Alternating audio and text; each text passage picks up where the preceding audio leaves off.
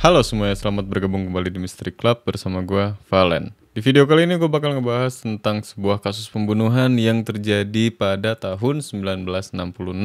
Dan pembunuhan ini juga bisa disebut sebagai pembunuhan massal yang disiarkan secara live pertama kali di televisi. Sangat di luar nalar sekali memang ya.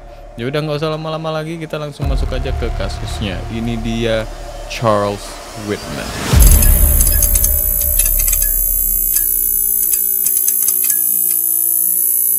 Pada bulan Agustus tahun 1966, seorang mantan marinir berusia 25 tahun yang bernama Charles Whitman sudah menikam istri dan ibunya hingga tewas. Sebelum mengangkut footlocker penuh dengan amunisi dan senjata yang dia angkut ke atas dek observasi di menara di Universitas Texas. Di sana tepatnya sekitar 230 kaki di atas kampus, Charles melakukan sebuah pembantaian yang berdurasi sekitar 90 menit dan berhasil menewaskan sekitar 14 orang dan juga 31 orang terluka. Pada saat itu aksinya Charles Whitman ini memang disebut sebagai pionir ya, karena hal-hal yang seperti ini tuh belum pernah terjadi sama sekali. Apalagi Charles Whitman adalah orang pertama dalam sejarah Amerika Serikat yang melakukan pembantaian atau pembunuhan massal secara live atau disiarkan secara langsung di televisi. Yang bikin tragisnya adalah sebenarnya aksinya ini tuh bisa saja dicegah berbulan-bulan sebelum dia melakukan aksinya. Charles ini pernah menceritakan tentang rencana dia untuk melakukan pembantaian ini ke psikiaternya. Sayangnya psikiaternya mungkin menganggapnya kayak ini hanya sebuah fantasi dan tidak akan Charles lakukan gitu. Tapi pada faktanya ternyata Charles memang benar-benar melakukan eksekusi tersebut. Si psikiaternya itu seolah mengabaikan dan gagal juga untuk menindaklanjuti seorang pria yang bisa dibilang bermasalah pada saat itu. Dan ya hasilnya bisa terbukti juga gitu, dia melakukan sebuah pembantaian. Charles Whitman sendiri lahir pada tanggal 24 Juni tahun 1941 di Lake Worth di Florida. Charles adalah anak tertua atau anak pertama dari 3 bersaudara yang semuanya laki-laki.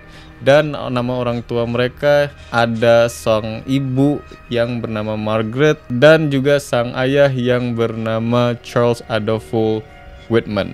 Pernikahan orang tua Charles Whitman ini tidak berlangsung secara baik-baik karena bisa disebut keluarganya ini dirusak dengan kekerasan dalam rumah tangga atau KDRT. Dan dari KDRT ini yang hasilnya adalah mempengaruhi anak-anaknya dari keluarga Whitman, yaitu Charles dan kedua adiknya. Sang ayah dari keluarga Whitman sangat menuntut kesempurnaan dari putra-putranya ini, yang dimana Charles Whitman sendiri sangat mahir dalam bermain piano. Dan juga Charles menjadi salah satu anggota termuda dari Pramuka Elang yang mencatat sejarah, yang dimana dia menjadi anggota Pramuka Elang di usianya yang ke-12 tahun. Namun dari semua achievement itu atau dari semua pencapaian itu dan juga kemahirannya si Charles ini masih belum cukup untuk bisa memuaskan hati sang ayah. Jadi si ayah ini masih kerasa kurang aja gitu. Si Charles masih masih belum jadi apa-apa di mata sang ayah gitu. Sedangkan ayahnya menuntut putra-putranya untuk menjadi sempurna. Pada saat Charles menginjak sekolah menengah, dia sebenarnya tuh udah pengen banget kabur dari keluarga yang penuh dengan kekerasan itu. Terlepas dari keunggulan akademiknya, Charles memutuskan untuk tidak mendaftar kuliah, melainkan dia lebih memilih untuk mendaftarkan diri di Amerika Serikat Korps Marinir pada tahun 1959. Keinginan Whitman yang tiba-tiba untuk bergabung dengan militer Amerika Serikat ini disebabkan oleh sebuah kejadian yang terjadi pada bulan Juni tahun 1959, yang dimana Charles pulang dalam keadaan mabuk setelah dia pergi malam bersama teman-temannya ya untuk minum-minum lah lah ya. Sang ayah yang mengetahui Charles dalam keadaan mabuk langsung sangat marah dan langsung memukuli Charles dan juga melemparnya ke dalam kolam. Karena mungkin Charles dalam keadaan mabuk, dia hampir tenggelam ketika dia dilempar ke dalam kolam tersebut. Charles pergi untuk melakukan latihan dasar pada tanggal 6 Juli tahun 1959. Setelah menyelesaikan pelatihannya di camp pelatihan, Charles memenuhi persyaratan untuk menjadi penembak jitu atau sniper. Charles menghabiskan waktu sekitar 18 bulan di pangkalan angkatan laut di Guantanamo di Kuba. Menurut Kapten Joseph Staten, Charles Whitman adalah seorang marinir yang sangat baik, dan Kapten Joseph juga mengatakan, "Saya terkesan dengannya. Saya yakin dia akan menjadi warga negara yang baik." Charles segera mendapatkan janji untuk menghadiri sekolah pelatihan petugas, dan di sana dia kembali lagi membuktikan dirinya sekali lagi dan juga meraih beasiswa militer. Setelah meraih beasiswanya pada bulan September tahun 1961, Charles Whitman mengambil jurusan teknik mesin di University of Texas. Namun setelah Charles menjadi seorang mahasiswa, dia baru merasakan yang namanya kebebasan atau freedom. Karena yang sebelumnya seperti yang tadi udah gue bilang, sang ayah ini kan ibaratnya sangat keras dan juga sering KDRT, dan juga selalu menuntut putra-putranya untuk menjadi sesempurna mungkin gitu.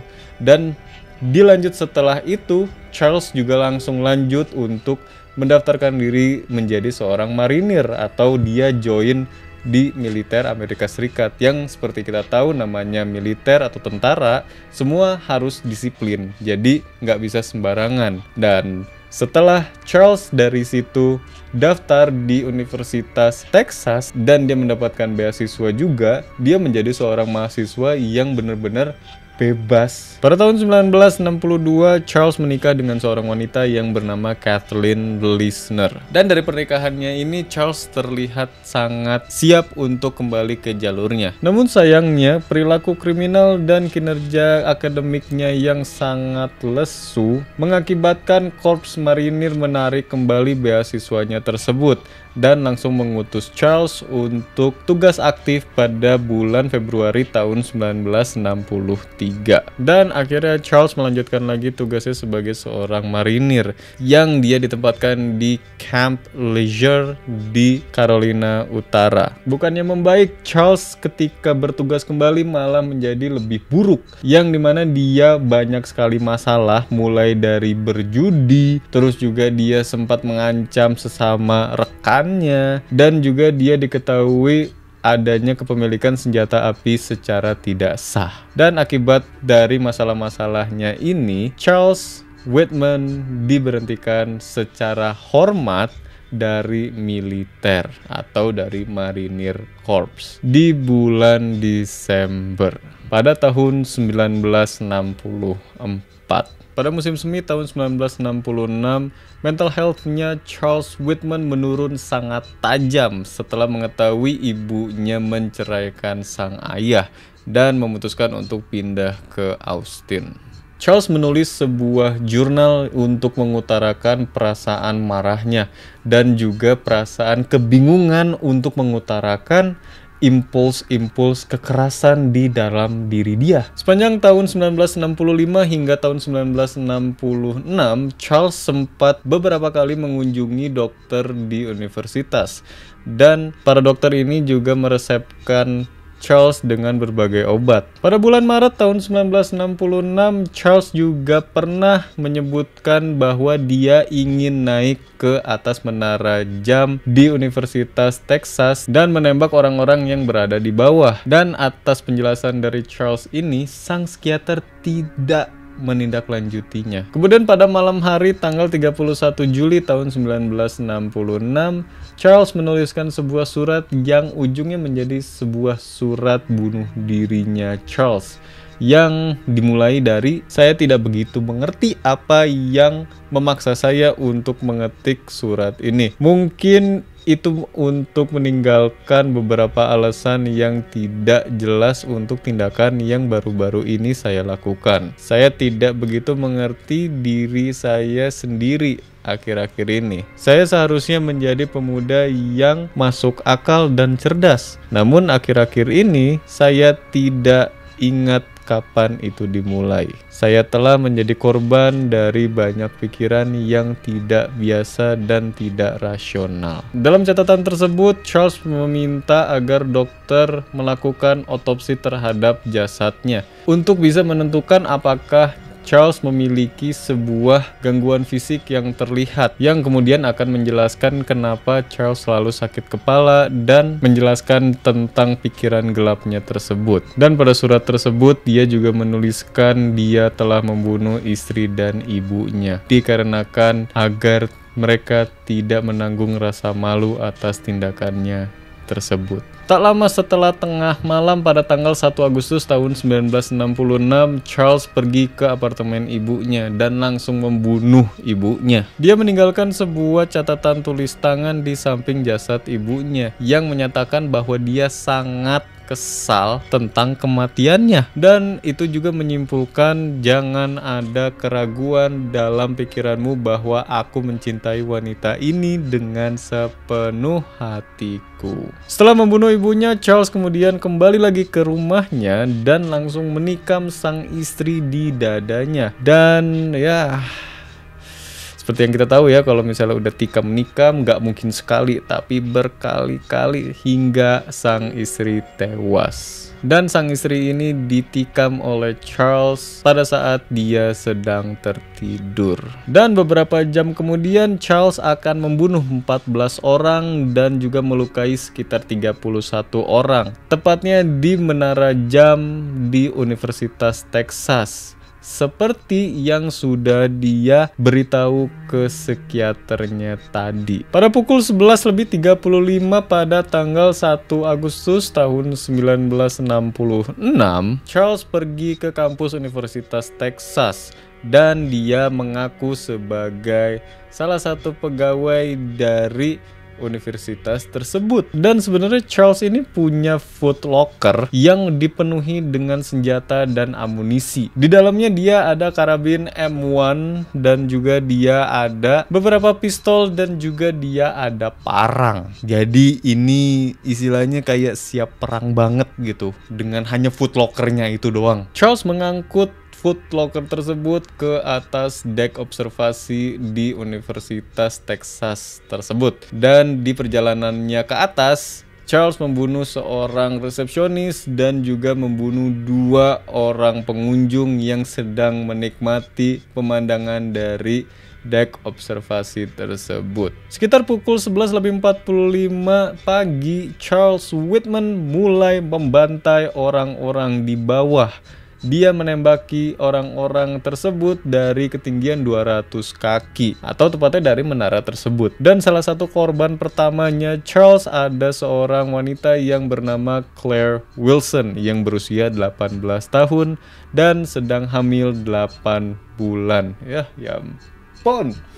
Itu sebentar lagi mau lahiran cuy. Peluru itu menembus perutnya Claire dan menewaskan putra yang sedang ia kandung. Namun Claire Wilson sendiri dia selamat, tapi sayangnya tunangannya Claire yang bernama Thomas Aikman meninggal di sampingnya Claire.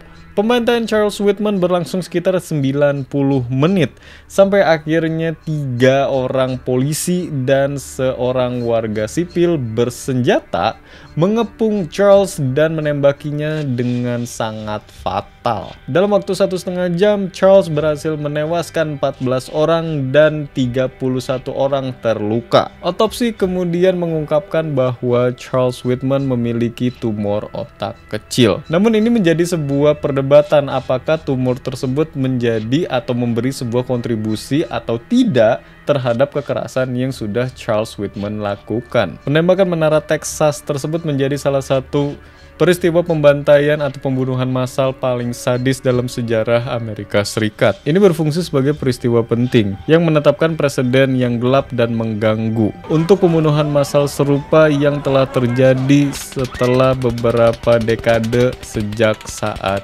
itu. Oke, mungkin segitu aja dari kasusnya Charles Whitman atau penembakan Menara Texas ya. Dan sekarang kalau menurut cocoklogi dari gua, jadi mungkin mirip-mirip sama yang terjadi di Las Vegas ya. Yang kalau yang di Las Vegas kan modernnya adalah dia menembak dari atas hotel ya. Kalau ini dia nembaknya dari atas menara sebuah universitas. Dua-duanya juga sama ya, mereka nembak dari ketinggian yang sangat tinggi dan mereka emang pembunuhan massal sih jatuhnya gitu, pembantaian jatuhnya seperti itu. Dan balik lagi yang selalu gue bilang, hal-hal yang seperti ini nih bukan inspiratif ya, tapi ini informatif aja. Oke, gue harap jangan sampai ada yang melakukan hal-hal bodoh seperti ini ya. Dan untuk para korban juga kita doakan ya, semoga keluarga yang ditinggalkannya bisa tabah dan kuat. Meskipun kasus ini sudah lama juga, tapi gue tetap memikirkan kayaknya orang-orang yang melakukan hal-hal yang seperti ini, atau mungkin salah satu contohnya mungkin yang waktu di Las Vegas yang tadi yang kita bilang itu tuh. Nah mungkin dia terinspirasi juga dari kasusnya atau cara pembantaiannya si Charles Whitman ini. Ya, tapi kita nggak pernah tahu ya apakah itu menjadi sebuah motivasi buat dia atau sebuah inspirasi atau tidak, ya kita nggak akan pernah tahu. Yang terpenting adalah kita saling menjaga diri dan juga menjaga keselamatan. Itu aja. Oke, mungkin segitu aja untuk video kali ini tentang Charles Whitman. Kalau kalian suka video ini, kalian bisa klik tombol like-nya atau tombol thumbs up-nya, atau juga kalian bantu share video ini ke teman-teman kalian ya, karena kalian suka. Dan juga kalau kalian penasaran gue ke depannya upload video apa, dan juga kalian mau bantu channel ini biar lebih berkembang, kalian bisa klik tombol subscribe di bawah. Dan juga kalau kalian punya kritik, saran, atau pendapat tentang video ini, kalian bisa tulis di kolom komentar di bawah.